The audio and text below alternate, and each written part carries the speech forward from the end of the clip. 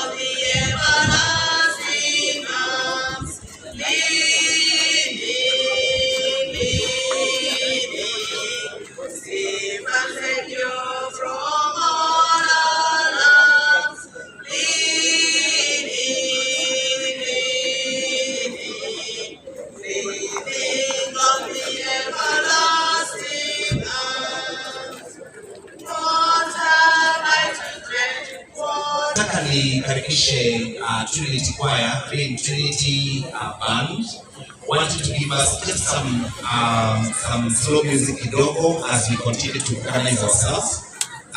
Wale tulio nje, kama you are not member of the family and you are participating in the procession, please make sure that you get a seat.